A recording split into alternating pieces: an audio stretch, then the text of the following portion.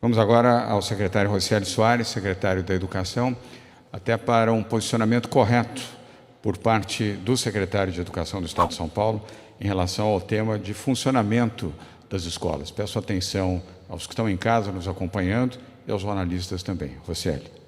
Obrigado, governador. Boa tarde a todos.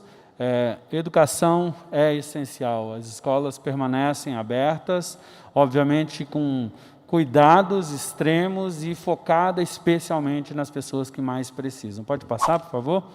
E as escolas vão estar neste período, especialmente nesses próximos 15 dias, assim como a gente tem restrições no Estado, que são importantes, né? A gente está falando aqui de controle de uma pandemia, mas sendo a escola a última coisa a fechar, como temos falado, especialmente depois do decreto de dezembro. Isso é importante, aprendemos muito e temos pessoas que precisam muito da escola, esse aprendizado está muito claro também. Pode passar? Em dezembro a gente teve um decreto do governador que torna a educação, sim, essencial, porque mesmo na fase vermelha permanece aberta, com uma resolução complementar da Secretaria de Educação. Não temos obrigatoriedade neste momento, isso é importante. E aqui, com clareza para as famílias, a escola está aberta para quem precisa, para as famílias que conseguem acompanhar a educação à distância, que têm condições do seu filho estar fazendo à distância, permaneça à distância, mesmo na escola pública ou na escola privada. Mas para aqueles que realmente precisam, e a gente vai falar um pouquinho mais sobre isso já já, é fundamental que a escola esteja aberta. Pode passar? E esse exemplo tem vindo de vários lugares do mundo, por exemplo, a França não fechou, a Inglaterra focou muito nisso, dentro das prioridades, quais são os alunos vulneráveis, seja do ponto de vista da aprendizagem, da falta de equipamentos, de conseguir acompanhar, mesmo no momento mais difícil lá, também a escola esteve aberta para quem mais precisa. Eu não vou falar de todos os exemplos, mas temos muitos exemplos aqui a partir da aprendizagem. Pode passar? Uma coisa importante, né? Nós estamos falando aqui da continuidade do ensino híbrido, né?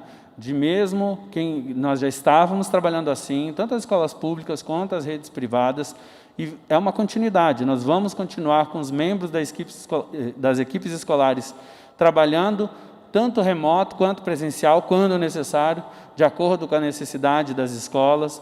Com aulas presenciais, vão continuar sendo combinadas com as aulas transmitidas diariamente pelos centros de mídias da educação, aqui no caso das escolas estaduais e também para algumas municipais que utilizam. Então, é importante que nós estamos falando de uma continuidade dentro de um processo, mas precisamos atender aos que mais precisam, que é o foco neste momento. Pode passar. E aqui, quando a gente fala de quem mais precisa, a gente está falando que mesmo no estado de São Paulo, nós temos crianças que têm dificuldade na alimentação. Servir a alimentação escolar para quem precisa é fundamental. Ter o olhar para aqueles alunos que não têm o equipamento, que não têm como acompanhar a aula de casa. Para esses alunos, com horário marcado, com agendamento, a escola pode estar lá aberta para apoiar, como a gente fez no ano passado também.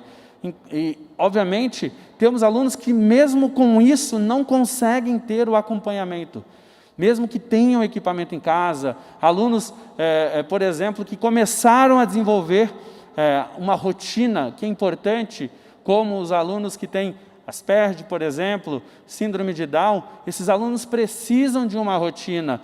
Continuar com o atendimento, se a família desejar, nós estaremos prontos para ajudar os alunos que mais precisam. Os alunos cujos responsáveis também trabalham em serviços essenciais. Não dá para a gente esquecer que, por exemplo, os trabalhadores da área da saúde também precisam de suporte. A própria Prefeitura de São Paulo manteve equipamentos públicos abertos durante esse período para atender essas pessoas que também precisam. É preciso continuar olhando para isso. Alunos com depressão, alunos que precisam desse momento. A gente viu agora um processo de volta muito importante. Crianças que não têm condição de ter autonomia no processo de aprendizagem à distância, ter o suporte de um professor, ainda que forma, obviamente, híbrida, vai ser e é importante essa continuidade. Pode passar? E aqui, Para isso, nós, aqui falando da rede estadual especialmente, vamos manter os nossos serviços ativos, como o transporte escolar. Se um aluno precisar desse atendimento, nós vamos buscá-lo lá, daqueles alunos que, por exemplo, são transportados da rede de escolas rurais, daqueles alunos que têm para a educação especial, que temos o transporte específico para eles. Vamos continuar com apoio à tecnologia, então aquele aluno que não tem equipamento vai poder agendar e trabalhar junto com a escola. E para aqueles alunos que precisam ainda de maior suporte, como cuidador e intérprete, eles não terão mais o serviço descontinuado e a escola vai continuar atendendo. Pode passar? E aqui a gente está falando, de novo, de quem precisa. Nós tivemos um número importante. No mês de fevereiro, foram 2,5 milhões de alunos que tiveram atividades nas nossas escolas no mês de fevereiro, certo? Foram 165 mil funcionários que foram presenciais. A gente está falando também da educação, e aqui estou falando da rede estadual.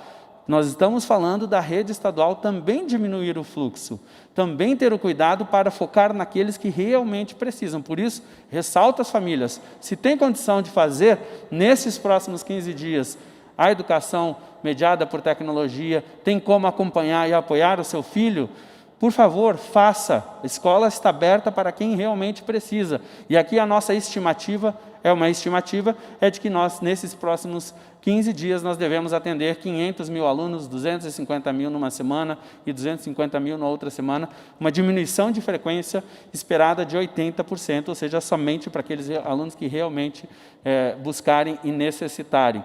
Inclusive, com isso, obviamente, também diminuindo o fluxo para os nossos funcionários, aqui falo para a rede estadual, obviamente, naquelas situações onde eu tenho menos alunos e preciso de menos professores para o atendimento, nós vamos diminuir o fluxo, o professor vai trabalhar mais à distância sempre que possível. Também vamos olhar para a organização disso, e cada escola vai fazer o desenho do seu plano, considerando as suas questões locais. E a rede privada, que tem ali a permissão de fazer o atendimento de até 35%, como nós temos, também estamos falando. É importante, se o aluno puder ficar e fazer a aula de casa nesses 15 dias, que faça. Está sim autorizado por parte do Estado para que tenha atividade presencial, mas que a gente tenha sim esse senso. Não fechar a escola para quem precisa é fundamental, mas também observar realmente para quem precisa nesse momento. Pode passar? Uma coisa importante que eu gostaria de salientar, governador, que é o ensino superior também. Para concluir, o ensino superior, desde do ano passado, nós temos autorizado que mesmo na fase vermelha, cursos de medicina, cursos de enfermagem, fonoaudiologia, terapia ocupacional, cursos de ensino superior ou técnicos que requeiram trabalho presencial, como o internato, por exemplo, na área da medicina, permanecem autorizados a fazerem o seu atendimento para que a gente não interrompa a formação médica, a formação de enfermeiras, que nós tanto precisamos enquanto sociedade. Esta autorização permanece com o decreto de 17 de dezembro e é importante deixar claro isso para as nossas universidades públicas e privadas, que eles têm a autorização para continuar. Agradeço, governador, encerramos aqui e dizer que a escola é essencial, cuidar dos que mais precisam é fundamental sobre todos os aspectos. Nós temos muitos impactos na educação, nós temos muitos impactos na vida de crianças e apoiá-los neste momento é fundamental. Muito obrigado e uma boa tarde a todos. Muito obrigado, Rocieli. Boa tarde, governador. Obrigada. Eu queria, para que houvesse melhor compreensão de pais e das escolas, que o secretário detalhasse um pouquinho quem que vai definir se a criança precisa ou não. É o pai que vai definir, o meu filho precisa, é a escola que vai definir, conhecendo crianças da redondeza. O senhor poderia, secretário, talvez indicar uma idade que o senhor acha que é indicada para continuar no presencial, por exemplo, educação infantil, crianças em alfabetização, crianças até 10 anos, para que as escolas e até os pais possam entender um pouco melhor, porque o senhor disse que quem tem condições de estar em casa, às vezes nas escolas particulares, muitos alunos têm sim condições, têm internet em casa, mas essa aprendizagem não é efetiva, né? O aluno não tem autonomia para fazer. Então, eu queria que a gente esclarecesse um pouquinho mais o que é os que mais precisam. né? A gente sabe que são os vulneráveis, alguns crianças com deficiências, mas fica às vezes um meio aí que o pai pode ficar na dúvida, será que meu filho precisa ou não precisa, né? Renata, obrigado. A sua resposta será dada por Rocieli Soares, secretária de Educação. Obrigado, Renata, pela pergunta, é uma pergunta importante. Acho que a primeira parte da resposta começa pelo momento que não é obrigatório. Então, a primeira parte de empoderamento é da família. A família já, antes mesmo desta medida de hoje, ela já não estava sendo aplicada a obrigatoriedade. Então, a família pode, obviamente, já fazer parte desta definição. A escola tem sim, seja a escola pública, seja a escola privada, ela tem um mapeamento daquele aluno que quase se evadiu, quase abandonou no ano anterior, porque não que ele não tivesse equipamento, porque não se adaptou. Conheci alunos, aliás, recebi testemunhos desses alunos que muitas vezes disseram, eu não consigo. Então, para mim, ter alguma atividade presencial me conecta com aquilo que eu preciso fazer. Este é um aluno, do ponto de vista que eu teria alguma atividade com ele.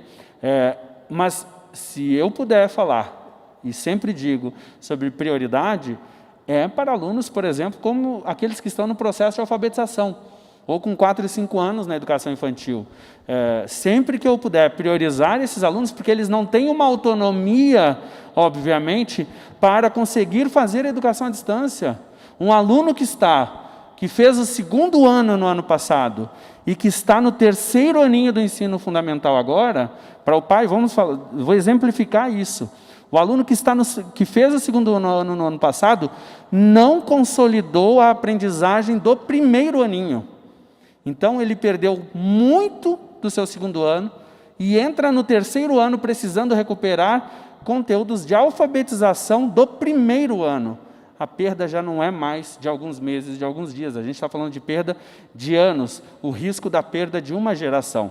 Então, essas crianças devem sim ser prioridade sempre que a escola puder, independente de rede pública ou privada. Nós estamos falando de olhar para aqueles que precisam realmente, e a família precisa estar envolvida nessa decisão, assim como a escola. E a escola fazer toda a sua programação. A escola pode preparar atividades para esses 15 dias, que a criança trabalhe à distância, mas que possa ter, por exemplo, um checkpoint com essas crianças de alguns dias, nesses próximos dias, para saber como ela está indo.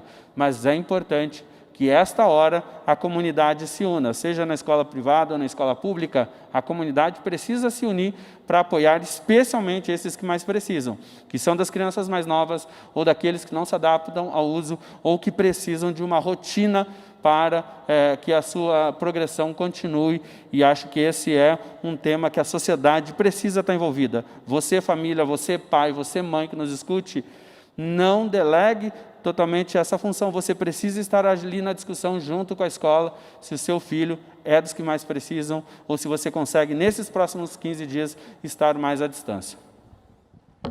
Agora, Rocieli, sobre casos em escolas. Obrigado, governador. Daniela, obrigado pela pergunta. Bom, acho que primeiro é importante destacar um dos fatores de números, quando a gente compara no período dos últimos 60 dias, a incidência no governo, no estado, de 1.318 casos para cada 100 mil habitantes.